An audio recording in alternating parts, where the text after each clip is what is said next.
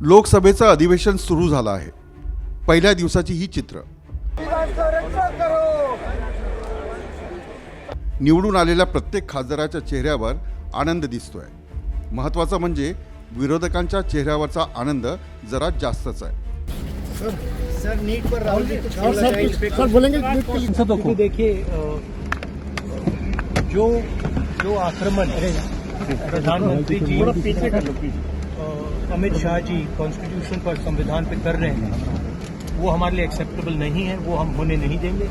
इसीलिए हमने constitution oath लेते हुए हमने मोबाइल से सर आपको लगता है संदेश जाएगा चलिए जा रहा है। हिंदुस्तान के कॉन्स्टिट्यूशन को कोई शक्ति नहीं छू सकती। सर वो कह रहे हैं कि कल काला दिवस है, कल इमरजेंसी की बात भी कर रहे हैं। और ये देखिए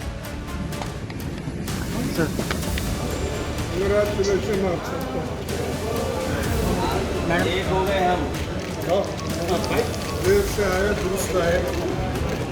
देशाच्या इतिहासात या चित्रांना खूप महत्त्व आहे। 10 वर्ष लोकसभेत सक्षम विरोधी पक्ष नव्हता। विरोधकांची संख्या कमी असल्यानं सत्ताधारी पक्षाकडून हुकुमशाही पद्धतीने लोकसभेचं कामकाज चालवत असल्याची टीका करण्यात येते। पण आता विरोधकांची संख्या वाढली आहे।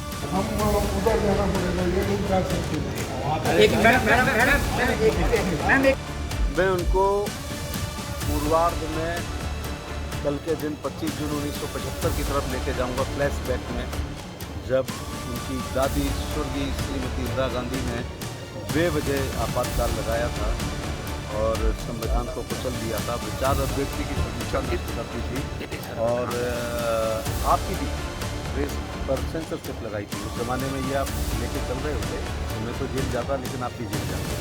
ये दुश्मन ने कहा था कि मत कहो आकाश में कोहरा घना है, ये किसी व्यक्तिगत आदेश।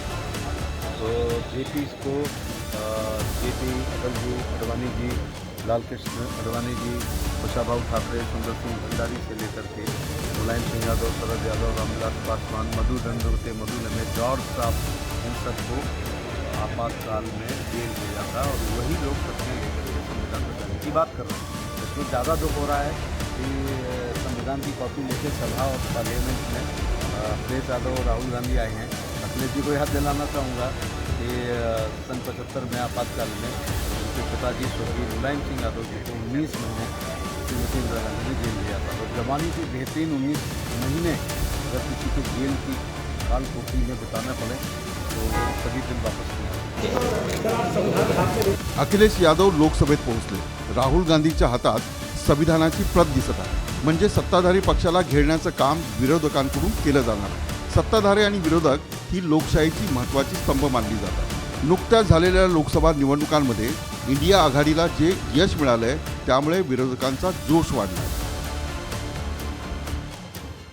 के लिए जो घोटाला हुआ है, इसलिए उनको धर्मेंद्र प्रधान का रिजाइन करना चाहिए। जब वो प्रोसेस शुरू हुआ था उस टाइम तो धर्मेंद्र प्रधान मिनिस्टर था। जब ये 7 फेज में आया तब भी धर्मेंद्र प्रधान है। ये घोटाला ठीक से सुप्रीम कोर्ट का अंडर से सुपरविजन में इस घोटाला का पूरा इंक्वायरी होगा तो बहुत सा बीजेपी का नेता और मिनिस्टर लोग अरेस्ट हो जाएगा। 10 वर्षात नरेंद्र मोदी यांनी एक हाती सत्ता राखली। आता त्यांची खरी कसोटी आहे। विरोधकांना ते तोंड कसं देत आहेत हे पाहणं उत्सुकतेचं असेल। भारत जोडो यात्रेनंतर राहुल गांधी यांचा आत्मविश्वास वाढला आहे, पण ते परिपक्व झाले आहेत की नाही याचं चित्रही येत्या काळात लोकसभेत पाहायला मिळेल। एकूणच लोकसभेचा सत्ताधारी आणि विरोधक यांच्यातला सामना रंगतदार होईल एवढं नक्की। Bureau report, news state Maharashtra.